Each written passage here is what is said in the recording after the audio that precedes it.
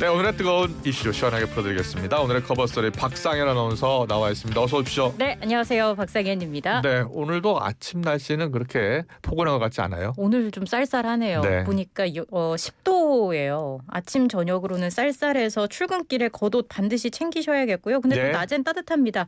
24도까지 올라서 비교적 좀 포근한 날씨를 보인다고 하네요. 출근길에 근데 또 안개가 문제예요. 교통 안전에 주의를 하셔야겠습니다. 네, 대통령 선거 이야기부터 해보겠습니다. 네. 22일 앞으로 다가왔죠.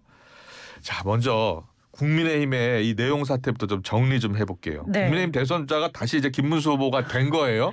자고 일어나면 후보가 바뀌어 있다라는 그러니까요. 웃지 못할 이야기들이 많이 자, 들려왔습니다. 주말 사이에 어떤 일이 있었는지 정리해 주시죠. 일단 지난 금요일에 김문수 후보와 한덕수 예비후보의 실무 협상이 있었는데 네. 여론조사 방식 이견으로 결렬이 됐죠. 그랬죠. 이후에 김문수 후보가 당 후보 선출 취소에 대한 가처분 신청을 제기합니다. 이게 얼마 지나지 않아서 법원이 기각 결정을 내렸어요. 네. 이때부터 이제 토요일로 넘어가는 그 새벽 사이에 상황이 계속해서 급변을 했습니다. 예. 지도부가 속도를 내기 시작을 했는데 10일 새벽에 국민의힘이 김문수 후보의 선출을 취소했고 후보 등록 신청 접수를 받았습니다. 그리고 새벽 3시 20분에 한덕수 전 총리가 입당과 함께 후보에 등록을 했어요. 바로 1시간여 뒤쯤에 당 지도부는 대선 후보를 한덕수 전 총리로 교체하는 안건을 의결합니다. 김문수 후보는 몰랐다는 거예요. 그 새벽에. 그렇습니다. 그리고 오전 9시부터 밤 10시까지 하루 동안 전 당원을 대상으로 후보 교체에 관한 투표를 실시를 합니다. 네. 근데 밤에 결과가 나왔는데 그걸 보니까 후보 교체 안건이 부결이 된 거예요. 그래요. 그렇게 예. 되면서 김문수 후보는 바로 후보 자격을 회복을 하게 된 거고요.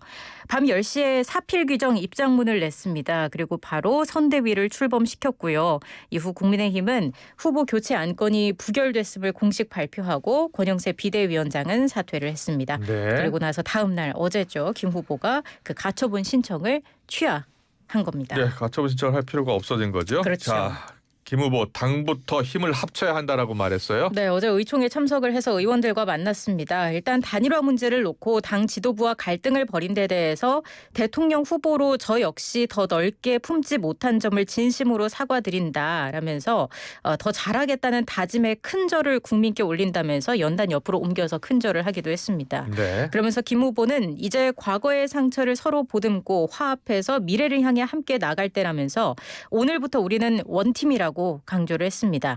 민주당을 향해서는 이재명 방탄을 위해 사법부를 흔들어대고 줄탄핵으로 정부를 마비시키더니 이제는 아예 정부 전체를 장악하려고 한다. 대한민국 미래를 파괴하는 이재명 세력을 반드시 심판해야 한다라고 목소리를 높였습니다. 권성동 원내대표도 이야기를 했어요. 여러 가지 우여곡절이 있었지만 당원들의 뜻이 우리 김 후보에게 있는 만큼 이제는 그러한 과거의 우여곡절은 모두 잊어버리고 김 후보를 중심으로 우리가 똘똘 뭉쳐서 정권 창출을 위해 매진해야 한다고 강조했습니다. 그러면서 의원들의 적극적인 협조와 응원 그리고 선거운동을 기대한다고 또 당부를 했습니다. 네. 자, 김문수 후보 단일화를 놓고서 경쟁했었던 네. 한덕수 전 총리와도 만났어요. 그렇습니다. 어제 회동을 갖고 대선 승리의 뜻을 모았습니다. 어제 오전에 후보 등록을 마치고 나서 서울 여의도 당사에서 한 전 총리를 접견을 했는데 예. 지난 8일에 결렬된 단일화 2차 담판 이후 사흘 만에 대면을 한 겁니다. 그래요. 두 사람 회동과 동시에 회동 시작과 함께 포옹을 나눴고요. 예. 김 후보는 한 전 총리에 대해서 저는 여러 가지 부족한 점이 많다. 특히 한덕수 선배에 비하면 모든 부분이 부족하다라면서 자세를 낮췄습니다. 예. 그러면서 오랜 세월 국정 전체를 총리로 이끌고 대통령 권한대행으로 국가 위기를 잘 헤쳐나오셨다. 제가 사부님으로 모시고 잘 배우겠다라고 이야기를 했고요. 한덕수 전 총리도 축하한다면서 국가의 위기를 구하고 우리 후보님의 훌륭한 리더십 아래에서 모두가 똘똘 뭉쳐서 국가의 기본적 체제를 무너뜨리고자 하는 분들에 대해 반드시 승리해 한강의 기적을 이어가는 노력이 꼭 이어지기를 바란다라고 얘기를 했습니다. 그러면서 분명히 이번 선거에서 이기기 위해 우리가 김 후보를 중심으로 뭉쳐야 한다라면서 저도 제가 할 수 있는 일은 하겠다고 덧붙였습니다. 네. 즉석해서 한덕수 총리에게 선대위원장 맡아달라고 요청하기도 했죠. 그렇죠. 예. 그 자리를 제안을 했는데 일단 한 전 총리는 곧바로 수락을 하지는 않았습니다. 예. 그 문제는 실무적으로 어떤 게 적절한지 조금 논의하는 게 좋겠다라면서 즉답은 피했습니다. 네. 자, 그런데요. 국민의힘 대선 후보가 확정되자마자 윤석열 전 대통령이 메시지를 냈어요. 네, SNS에 국민께 드리는 호소라는 제목의 글을 올렸습니다. 페이스북에 우리의 반대표는 강력하지만 이번 선거에서 우리는 반드시 승리해야 하고 승리할 수 있다라고 주장을 했습니다. 네. 이번 대선이 자유 대한민국 체제를 지킬 것인지 생사의 기로에 서 있다면서도 서로 믿고 단결한다면 결코 우리를 무너뜨릴 수 없다면서 지지층의 결집을 촉구했고요. 예. 또 이 경선 과정에 대해서 격렬한 논쟁과 진통이 있었지만 여전히 건강함을 보여줬다고 평가했습니다. 또 김문수 후보에게 이제는 마음을 모아달라면서 또 한덕수 전 국무총리를 향해서도 끝까지 함께해 주시리라 믿는다고 당부를 했습니다. 네. 하지만 이 당내 내용이 워낙 컸기 때문에요. 어떻게 수습할지가 관심인데 네. 일단은요. 단일화 촉구했던 친윤계 의원들 당내 단합을 강조하고 나섰다고요? 그렇습니다. 윤상현 의원이 페이스북을 통해서 이제는 과거의 시비는 마음에서 지우자. 우리가 나눈 이견은 모두 대선 승리를 향한 간절한 열망에서 비롯된 거다. 분열은 필패다. 더 센 정치를 하자 이렇게 촉구했습니다. 예. 추경호 의원도 페이스북에 이제 모든 갈등을 뒤로하고 자유 대한민국을 지키기 위한 결의를 다지며 새로이 출발해야 할 순간이다. 지금은 우리 모두가 다시 하나로 뭉쳐 힘을 모아야 할 때라고 강조했습니다. 이철규 의원도 글을 남겼습니다. 국민의힘 당원들은 단일화는 꼭 이뤄야 한다고 생각했지만 절차적 정당성을 더 소중한 가치로 판단했다면서 이제는 김 후보의 당선을 위해 뜻을 하나로 모을 때라고 글을 남겼습니다. 네. 하지만요. 친한계를 중심으로는 지도부 책임론 또 추가 사퇴 요구가 쏟아지고 있죠. 네, 일단 한동훈 전 대표가 간밤에 이뤄진 그 후보 교체 사태를 친윤 당내 쿠데타로 규정을 했습니다. 네. 페이스북에 글을 올렸는데 예. 친윤 쿠데타 세력에게 제대로 책임을 물어야 한다고 남겼습니다. 그러면서 상식적인 당원들만 있으면 친윤 구태 정치를 청산하고 당을 진짜 합리적 보수 정당으로 재건할 수 있다고 적었습니다. 예. 친한계로 분류되는 의원 16명이 성명서를 냈어요. 비대위가 당 대선 후보를 일반 교체한 건 절차적 하자가 분명한 잘못된 결정이다.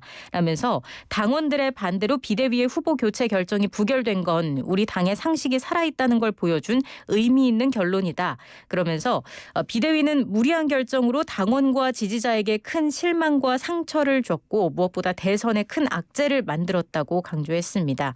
권성동 원내 지도부의 동반 사퇴를 촉구하기도 했는데요. 네. 하지만 김문수 후보는 대선 과정에서 원내대표 선출은 부적절하다면서 권 원내대표를 유임시켰습니다.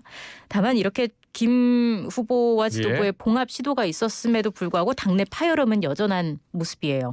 배현진 의원이 페이스북에 글을 남겼는데 네. 권 원내대표를 향해서 스스로 정하면 정리되고 갈 일을 면전에서 그만두라 하기 난감한 후보에게 입장을 물었다. 알량이라고 꼬집었습니다. 예. 박종훈 의원도 후보 바꾸자고 단식까지 한 분을 선대위원장으로 두고 선거를 치른다는 건 코미디라고 비판했습니다. 그렇군요. 예. 친한계. 한동훈 전 대표가 아직 선대위에 참여하지 않고 있는 것 그렇죠. 같아요. 맞습니다. 예. 자, 민주당 이야기 해보겠습니다. 자, 더불어민주당 국민의힘 김문수 후보와의 대결이 확정되자마자 김 후보에 대한 거센 공세에 나섰어요. 네, 기다렸다는 듯 파상 공세를 시작했습니다. 예. 이재명 후보는 내란 동조 세력 국민의힘의 내란을 비호하는 후보 이렇게 해서 어떻게 국민의 선택을 받겠다고 할 수 있습니까? 라면서 날선 발언을 했습니다.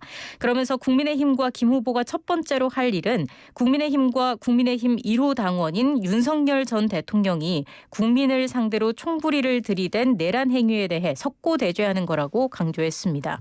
또 윤 전 대통령이 페이스북에 글을 올린 것, 예. 김 후보를 지지해달라고 당부한 데 대해서 그 전에 국민에게 사죄부터 했으면 얼마나 좋았을까라면서 우회적으로 비판하기도 했습니다. 민주당 김민석 상임 공동선대위원장은 김 후보에게 윤석열 전 대통령 그리고 전광훈 사랑제일교회 목사와의 관계를 공개 질의하면서 압박을 했고요. 선대위 공식 논평을 통해서는 김 후보를 윤 전 대통령과 전 목사를 합친 혼종이라고 비난을 했습니다. 네. 민주당 같은 경우에는 이제 과거 논란이 된 김 후보의 발언들 묶어서요. 김문수 망언집 네. 이렇게 공개했네요. 그렇습니다. 발언 33건이 포함된 이 망언집에는 지난 2011년 춘향전 관련 성희롱성 발언과 함께 2018년 서울시장 후보 TV토론회에서 동성애를 인정하면 에이즈는 어떻게 검증하고 출산 문제는 어떻게 할 것이냐라고 따져 묻는 내용도 담겼습니다. 2019년 문재인 당시 대통령을 겨냥해서 총살감이라고 말해서 구설수에 올랐던 발언도 예. 망언집에 포함이 됐습니다. 민주당은 김 후보자가 대선 후보는 물론 정치인으로서 자격을 의심하게 한다고 비판을 했습니다. 한편 국민의힘은 민주당이 망언 프레임을 씌워서 정치 공세에 나섰다고 맞받았습니다. 망언집을 내밀기 전에 이 후보의 막말과 살인범 변호 전력부터 돌아보라면서 국민이 알고 싶은 건 이 후보의 과거라고 지적했습니다. 네. 자, 기호 4번입니다. 이준석 후보요. 네. 개혁신당 이준석 후보 존재감을 부각하는 데 주력하고 있어요. 네, 국민의힘 후보 교체 사태 속에서 개혁신당 이준석 대선 후보의 존재감이 커졌다라는 평가도 적지 않은 것 같아요. 많은 언론 보도들이 나오고 있는데 개혁신당 내부에서는 내심 두 자릿수 득표를 넘어서 2위 이상의 결과까지 기대하는 기류도 읽히고 있습니다. 국민의힘 막판 이 단일화 과정에서 터져나온 잡음이 젊고 새로운 보수를 표방하는 이 후보에게는 반사 이익으로 작용할 수 있다라는 건데요.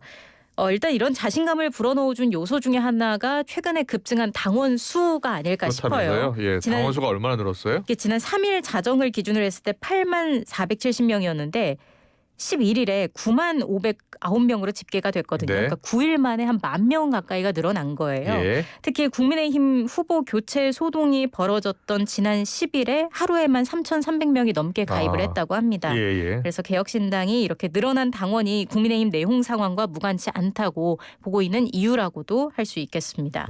또 빅텐트 논의가 초반에 차질을 빚으면서 이 후보가 일단 독자 행보에 집중할 수 있게 된 점도 개혁신당으로서는 긍정적인 요소로 꼽히고 있습니다. 국민의힘에 실망한 보수 유권자들이나 중도 무당층의 대안 세력으로 인정을 받아서 현재 한 자릿수인 지지율을 두 자릿수로 끌어올리고 상승세를 타서 이재명 후보와의 양강 구도까지 노려보겠다는 그런 구상입니다. 네. 오는 18일에 첫 대선 후보 TV 토론이 있지 않습니까? 예. 이때를 이제 개혁신당은 지지율 추이의 분수령이 될 것으로 기대하고 있는 모습입니다. 네. 마지막 이슈가 될 것 같은데요. 대법원장 청문회가 14일에 열리죠. 그렇습니다. 예. 14일 오전 10시에 조희대 대법원장에 대한 청문회가 열립니다. 대법원장에 대한 청문회가 열리는 건 헌정사상 처음 있는 일인 거고요. 증인으로는 조 대법원장과 판결에 관여한 대법관 11명이 전원 채택이 됐고요. 네. 대법원 수석 선임 재판연구관, 대법원장 비서실장, 네. 법원행정처 사법정보화실장 등 판사들도 여럿 포함이 됐는데 아직 이들이 실제로 출석할지 여부는 결정되지 않은 것으로 그래요? 알려졌습니다. 예. 자, 조국혁신당, 조희대 대법원장, 대법관 9명 등 10명에 대한 탄핵 소추안 초안을 공개했어요. 네, 탄핵안에서 피소추자들은 공직선거법 위반 파기환송 판결을 통해서 기본권과 헌법 질서의 본질적 내용을 심대하게 훼손하거나 침해, 남용했다고 지적했습니다. 예. 이 사건은 단순한 과실에 기한 그 헌법 위반이라기보다는 상당히 비판받아야 할 의도적인 정치 개입으로 추론된다라면서 이건 매우 중대한 헌법 위반 사유로서 법관의 탄핵을 정당화시킬 수 있다고 주장했습니다. 또 혁신당은 대법원이 이 후보의 발언을 유권자 대신 판단한 것이라면 이는 권한을 남용해서 민주주의 원칙을 침해한 것이라면서 중대한 월권에 해당한다고 밝혔습니다. 네, 오늘 커버 스토리 여기까지 듣겠습니다. 박상현 아나운서와 함께했습니다. 수고하셨습니다. 네, 고맙습니다.